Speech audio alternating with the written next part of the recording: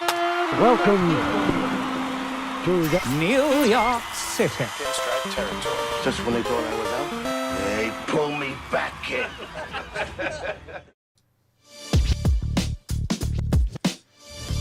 Morning, everybody.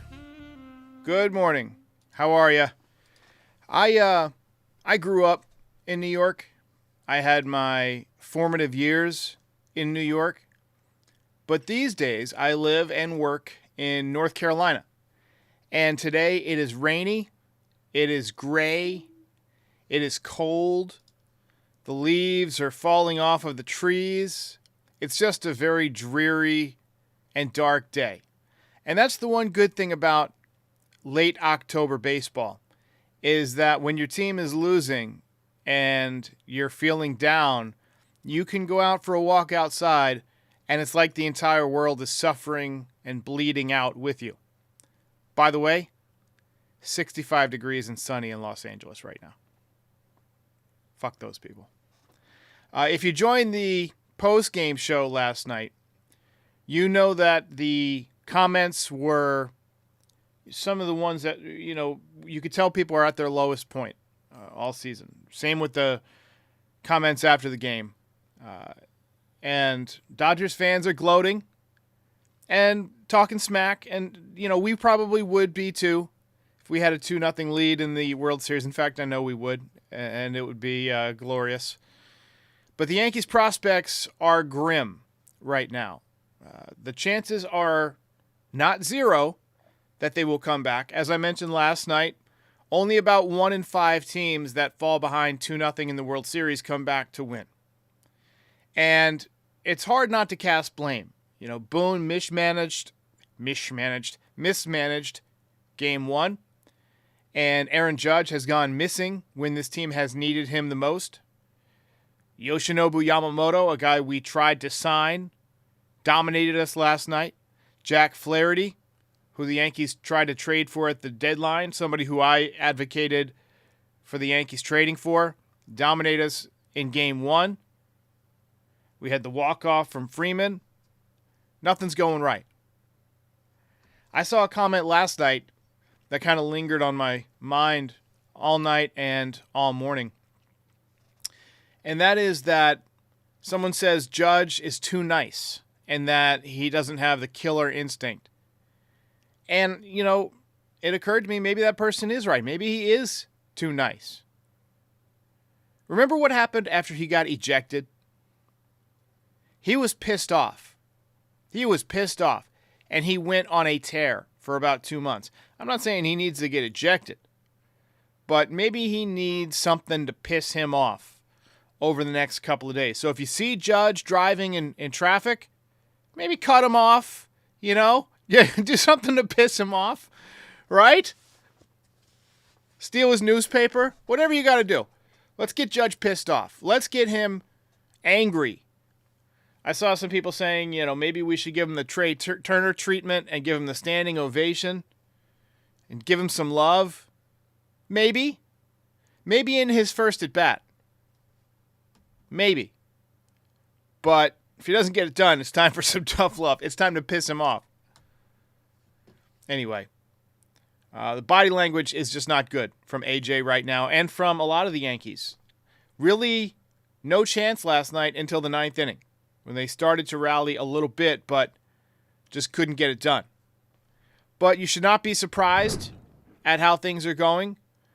If you've been watching this team all season, you know that the same problems are cropping up now that we saw in April, in May, in June, in July, in August, and in September. And probably in spring training too, though I don't remember.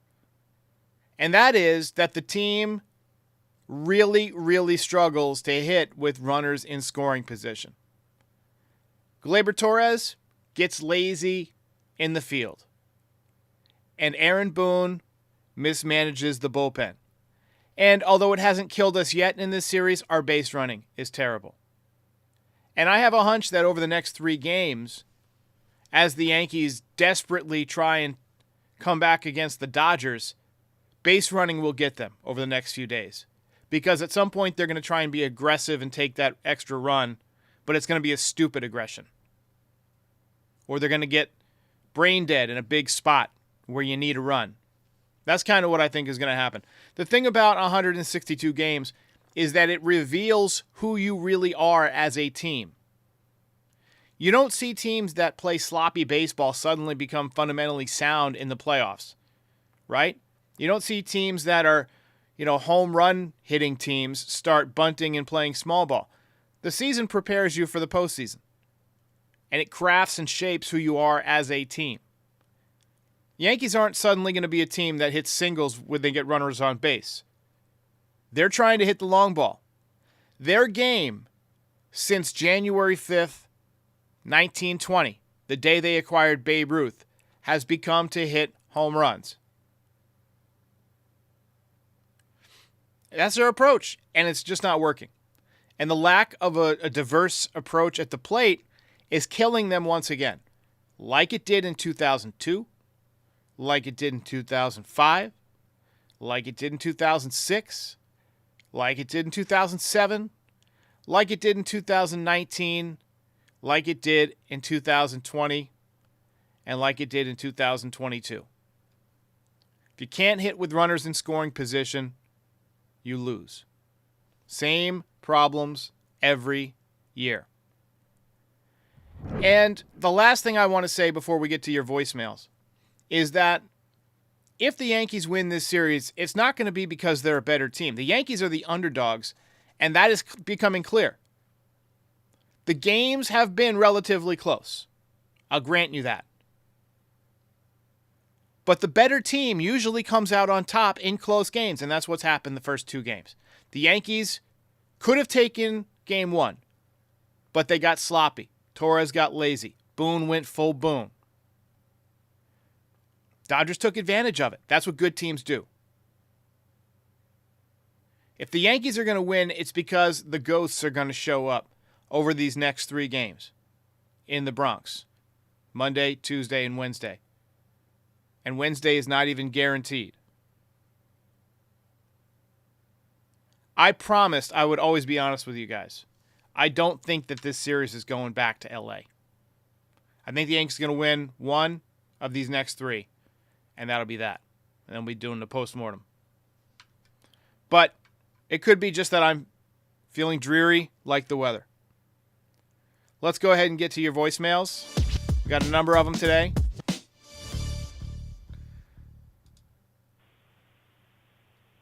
Hey, Derek Austin. Well, the Dodgers straight up beat us last night. Obviously, should have won game one, but now we have to move on, backs against the wall, as you said.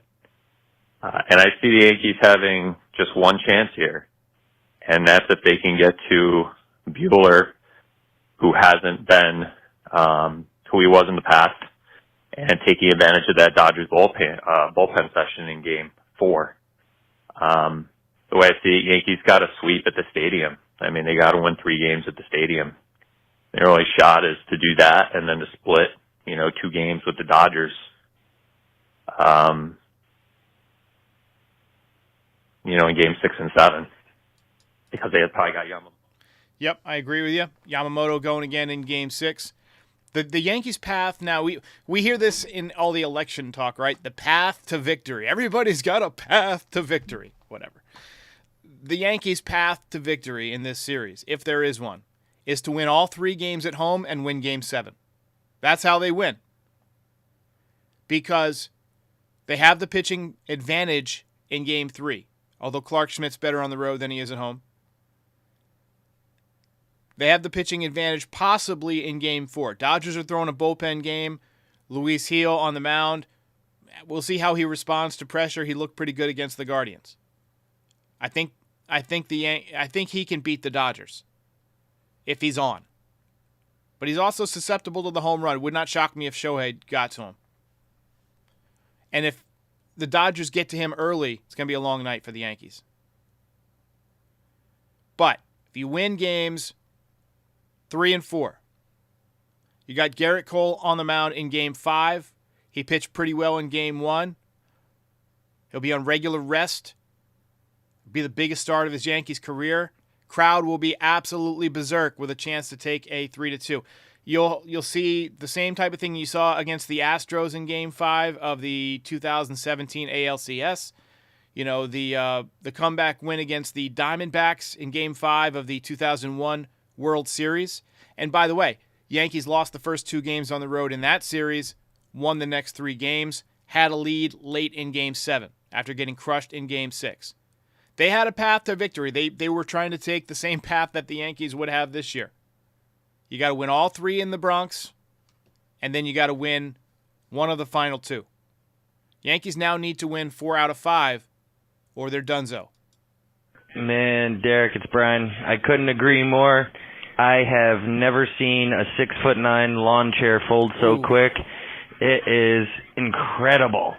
As soon as the calendar turned to October, as soon as October 1st hits, Judge turns into a pumpkin. It's incredible.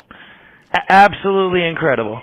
And this, in general, roster construction-wise, these are some of the reasons, me personally, Cashman drives me nuts. When you look at some of these other teams, how did we let the Royals get Lucas Erceg? How did we let the Padres get almost every reliever and totally revamp their bullpen? And we get Mark Leiter Jr., which no one's scared of, and that De Los Santos dude, who I don't even know if he's in the MLB anymore. Like, what are you doing, my guy? When everybody knows that that's one of the weaker spots of this team, why are we not going to strengthen the bullpen when it's not going to cost almost anything when you're dealing with the Oakland A's and they had Mason Miller and you could have swept Erceg up and bolstered that bullpen? And now we're out there trying to get big innings from whoever we can with duct tape and Band-Aids. It's ridiculous, man. It's absolutely ridiculous. I didn't think Judge was that weak mentally. Honestly, I hope he can figure this out. But man, just not looking good. Just not looking good. We're gonna have to pull the rabbit out of the hat to come back and win this one. All right. That's one of the best calls we've had all year. You're a smart motherfucker. That's right. Can't add anything to it. Just really well said. Derek, Shane Johnson on a flight heading to New York for Game 3. Boone rolled the dice in Game 1 with Cortez. He should have just rolled the dice last night with Dominguez. Never know. Vesia threw a meat pitch. Could have hit a grand slam. Anyways, I'm encouraged by the 1978 and 1981 Dodgers-Yankees World Series. The home team that won the first 2 games ended up losing both those series. And also not the last 2 World Series, but the last 2 series teams that won their first 2 home games as well, both lost their World Series. So I'm still confident. Go Yanks. I'll take any kind of glimmer of hope that I can get at this point. That's encouraging news. I didn't realize the last 2 teams that had done that had come back to, or had lost the series. That's interesting. I don't know if they would play Dominguez, especially given how great Alex Verdugo has looked in left field. But you're right. This team needs offense. And Walker Buehler's a guy who's a little bit of a diminished pitcher right now health-wise. I know he was okay last time out, but he did not have a good season. He has not had access to that high-octane fastball. I really, really think Dominguez might be a good matchup in Game 3. I don't think they're going to do it. I think what Mike Francesa said last night is that status quo is the way to go if you're the Yankees. They're going to keep rolling that out. You know, Judge is not going to move in the order. If he strikes out every single at bat for the rest of the series goes 7-8, he's not going to move from the number 3 spot. It's not going to happen. I think Francesa was right on point with that. But yeah, I would love to see Dominguez tomorrow. Oh, hi again. It's Mary Beth, and now I've had some coffee. You know, the thought that started to come into my head? Juan Soto is not going to want to sign with a weak-minded Aaron Judge. I mean, there you go. And that's the first time that came in, that he's going to look around and go, geez, why would I want to be with someone that can't do what I do, come through? They're not the twosome that they are in the regular season. So that's another horrible but very realistic thought that I've had. Okay. All right, so I also had the same thought. That's why I wanted to play that voicemail. You know, just across town, the Mets have proven that they have a couple of these X-Factor type of postseason players. Francisco Lindor is as clutch as it gets in the postseason. How many clutch home runs has he hit? Clutch grand slams. And they've also got Mark Vientos, who hits like Giancarlo Stanton almost in the postseason. Pete Alonso had a couple of big home runs this postseason. And they've got some clutch guys and a lot of roster flexibility. And they're going to make Juan Soto an enormous offer. They're going to offer him $500+ million. Honestly, I think he might take it. I really do, especially if the Yankees get swept. It is time for Hal Steinbrenner to grow a pair and get rid of Brian Cashman. How many times were we promised that we were not going to go get the All-Star shortstop because we had an All-Star coming up? And we've got Volpe and Peraza, two schmucks. Schmucks. One's in AAA, can't hit a Major League ball. The other one's in the Major League and can't hit a Major League ball. How often were we promised that he was going to do what's best at the trade deadline and that the margins matter? Okay, so we got the best deal. We got the best deal, my guy. The best deal doesn't cut it. Do you think the Dodgers care about the best deal? You think Cohen cares about the best deal? No, they care what makes them win. I'm so tired of saying, oh, it wasn't worth it. Worth it is a World Series, which this man has done once without having a team set up before him in 2009 when he bought what everyone told him to do. So if everyone agrees with what Cashman does, all the pundits, all the talking heads, all the fans, and he does that, we win. However, he thinks he's smarter than everyone, but he's not. His trades don't work out at all, ever. Like, fine, you can find a few relievers, and you got DJ LeMahieu, who was good back then, and you got Rizzo, who was good back then. But now if you look, and he re-signs these people, they're not good. The fact that I think, as an idiot sitting in my car watching the game, that I could do a better job than Brian Cashman is a bad thing. Because honestly, all right, I'm gonna cut you. It keeps going. It just keeps going. That was pretty funny. I think Cashman has something on Hal Steinbrenner. Now they've been friends for a long time. He's not gonna fire his buddy. Cashman has a job for life if he wants it. But you make good points. I mean, you know, Soto was somebody that everybody wanted, and the Yankees went out and made the deal. But there have been so many players over the years that the fans would have been right on that Cashman passed up on. I go back to Bryce Harper. Could have had Bryce Harper. Should have had Bryce Harper. You know? Now, the fans also wanted Carlos Rodon. I hear you. I was one of them. But I didn't know the guy. I never met the guy. I feel like just sitting down with the guy for 5 minutes, a lot of New Yorkers would have been able to tell you, this guy's not right for the Yankees. Come on. Derek, it's the same situation. This is not good. Down 0-2 to the Dodgers heading to New York. I don't like the probability we're looking at here. 80%? Maybe going down to the loss side? Anyways, I just want to make a few observations. I'm watching Judge, and I'm seeing the kind of Judge that I don't really like as a hitter right now, obviously. He's not able to identify pitches right now. He's guessing. And not only that, he is also not doing very good in the reading the count. Like if there's a 2-0, you know a fastball's coming, right? You've said this on your show. So I think a good hitter, a great hitter, is one that does both at the same time.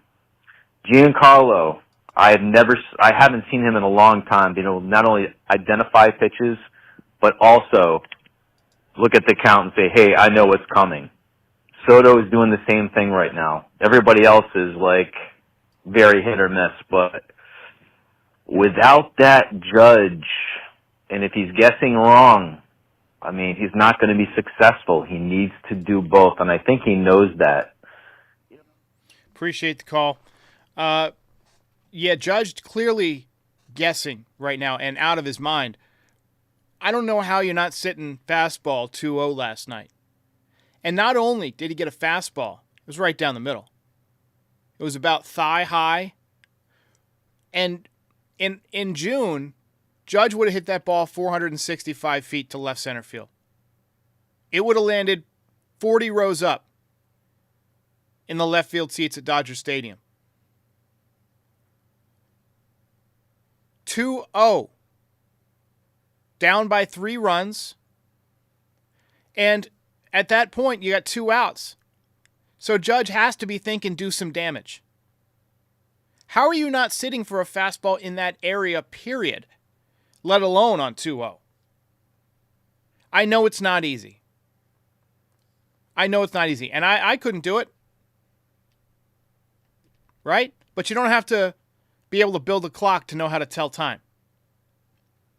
Judge should have been sitting fastball there, and he should have crushed it. Hey, Derek, Jeffrey Cole. I just wanted to say that I'm really hoping the Yankees win, but whether they win or lose, I'm grateful for the season that they gave us. There were a lot of ups and downs, but a lot more ups than downs, and Judge gave us a tremendous, iconic season, and we appreciate what Juan Soto did for our team, and I hope... Jeff, I'm going to stop you there. You're talking in past tense a little bit, like this season is over. It's not over. It's not over. We don't have a great chance, but it is not over. Hey, good evening, Derek. I'm listening to the post-game shows and just want to know, why didn't Cashman trade for Edmonds? Why did he trade for Chisholm instead? That's a really great question. Edmund was injured at the time, and it might have maybe caught a little bit of criticism because a year or two prior, Cashman traded for Harrison Bader, who was in a walking boot, and he traded Jordan Montgomery, and Jordan Montgomery ended up being a stud after being traded for a couple of years. Didn't have a good year this year. That's probably Scott Boras' fault because he didn't get him signed until March. But I think he would have caught some flack for trading for an injured player. And, Tommy Edman has done a great job. That was just a great trade by the Dodgers. Hi there, Eric. This is Milton from Texas. What can we say? What can be said? Rodon, I guess, like you've said in the past, he likes to give out souvenirs to the fans. Give out souvenirs. Just the wrong souvenirs. Anyway, I'm not sure. Rodon is always giving up home runs, and you should hear what Boone was saying on the interview. I was texting with a friend, and he said, I bet he'd come down and say something about he's throwing good stuff, Rodon. And a few minutes later on the interview, he said the same thing. And we were just cracking up, well, my friend and myself, but I was texting with him. But I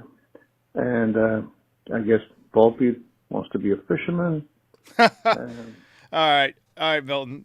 You got some good lines. You got a couple of zingers in there. Volpe trying to be a fisherman. Volpe definitely chasing pitches way out of the zone. I caught some flack last night in the chat because I was kind of tough on Volpe, and I said it was the worst at bat I'd ever seen in my life. That might be an exaggeration in the heat of the moment after a tough World Series loss, but I'm permitted to do that. Look, it was a very bad at bat. He chased some pitches that were way, way out of the strike zone. And this is supposed to be a strength of our system, right? We're supposed to be producing guys who take close pitches, who don't chase out of the strike zone. But Volpe has done nothing but chase out of the strike zone since he's come up. Hey, Derek. This is Kyle from Winter Garden, Florida. I was just calling in see exactly what you thought about the overall reason Aaron Judge has struggled so badly in the playoffs. In the playoffs, he's got 248 career plate appearances. Just for reference, in the regular season this year, he had 704. But he's got 15 home runs, which is okay, but he's got a 199 average, 280 OBP, 740 OPS, and struck out 85 times, about a third of the time. Just want to know, you think that's... Oh, sorry, it cut off. Look, Judge is a great regular season player. Like I said last night, I'm not sure that he is mentally equipped to handle the postseason, to handle the pressure. Until he does so, I think you have to assume otherwise. I think you have to assume that the moment's too big for him. Derek, this is Craig in Mount Laurel. I know the Yankees are down 2-0 and the prospects aren't looking great, but I was just talking to a buddy of mine. Even if the Yankees re-sign Soto, you got to think that this might be it for their core. Everyone's getting older. Judge is the captain, but a 43% chase rate in the playoffs isn't going to play. Stan's only going to get slower. Rizzo's probably not coming back. It's getting late early, as they say. Anyway, I appreciate your content. Thanks. Yeah, the core right now, Judge, Soto, Volpe, Wells, Cole, Rodon, and hopefully Dominguez will be a part of that next year. I think Rizzo's probably gone. This is probably his last chance with the Yankees. Gleyber Torres probably gone. This is probably his last chance with the Yankees, even though he's done a nice job offensively in the playoffs. I mean, you just look at what other teams get from their infielders defensively. We don't get anything like that from Gleyber Torres. Although, you can make the argument a lot of other teams don't get what the Yankees get offensively from Gleyber Torres. So it'll be interesting to see what happens. I think they'll bring him back if Juan Soto signs elsewhere, because they'll have to spend some of that money, and they'll sell that as, hey, we spent this winter. But it really doesn't move the needle. If you lose Juan Soto, you're screwed. I mean, you're screwed. You got to bring back Soto, especially now that you know that Judge can't hit in the postseason. Man, Derek, it's Brian. I couldn't agree more. I have never seen a 6'9" lawn chair fold so quick. It is incredible. As soon as the calendar turned to October, as soon as October 1st hits, Judge turns into a pumpkin. It's incredible. Absolutely incredible. And this, in general, roster construction-wise, these are some of the reasons, me personally, Cashman drives me nuts. When you look at some of these other teams, how did we let the... I think I replayed one that we already played, so skip that. But yeah, we got a funny comment here. It says, Ultra Cowboy says, Judge turns into Jimmy Hoffa in the playoffs and disappears. Yikes. Absolutely. Hey, Derek, Eddie Trinidad here with New York. Game just ended.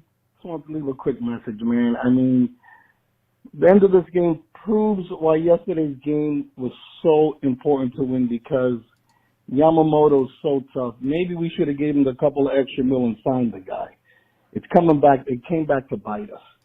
I mean, he was going to sign with the Dodgers regardless. He wanted to play alongside Ohtani. We didn't have a chance there. Hi, Derek. It's Kendall from New Jersey. I think in that situation, you have to hit Dominguez. Dominguez cannot just be on this team to be a pinch runner. Dominguez has to hit for Trevino. His presence alone, maybe he draws a walk, maybe he gets a single. I just had no faith in Trevino in that situation. You have to play the best threat at that time to try to win the game. If he strikes out, if he doesn't come through, fine, but you're not second-guessing yourself. I'm not saying that was a bad move. I'm just saying that was a move I didn't agree with. We're down 2. We got to get the next one in New York. Have a great night. Thank you. Yeah, I would like to see Dominguez get some at-bats in this playoffs here in the postseason, just to prepare him for the future, right? He's supposed to be a superstar. He has not yet had an at-bat. He's been pinch running. He hasn't gotten in the field. But let's face it, he hasn't hit in forever, and he doesn't hit lefties well at all. The move right there is Trevino, is he goes right in the game at catcher. You don't have to burn a player. That's if he gets a base hit. And then you've got still Dominguez available to either pinch run or pinch hit later on. The move right there is Trevino. I'm sorry, he just didn't come through. Hey, Derek, this is Ivan Martinez. Just want to say, first off, another tense game, very close. Looked like we were sluggish from the beginning. Soto's bomb helped us out, but man, Rodon just can't leave him in too long. It's tough with those 2 strike counts, giving up bombs. You know, it's brutal. But this series reminds me a lot of the 2017 ALCS when the Yankees lose on the walk-off in Game 1 to Houston, find a way to keep it competitive. But heading back to New York, man, I really think the New York crowd, New York faithful is really going to help us out. Not saying they're going to win 3, but hoping they do. But as much as it's tough, it was tough in LA. I think the Yankees got a great shot, and hopefully, I think we're still in it. But appreciate all you do, and best of luck to you. I hope you're right, and we're going to end the voicemails on a positive note there, on a hopeful tone. Obviously, it is not going to be easy to come back and win this series. The Yankees have the work cut out for them, but the good thing is they know that, right? I feel like a lot of times the Yankees are at their worst when they're, assuming they're going to win. Like, how bad did they play against teams that they should have beat? And then they would raise their game against teams that were a challenge. And one thing is for sure, the Bronx is going to be rocking over the next few days. So if you're lucky enough to be there, make some noise. Make some noise. I'll be watching it. I'll be podcasting after it. Reminder to like and subscribe. Reminder to find us on all your favorite podcast platforms. And I thank you for being a part of these recent episodes, even though they are a little bit dreary, much as the weather outside my window right now. I will see you tomorrow. Day off for the Yanks. And then we get right back after it. I'll see you next time.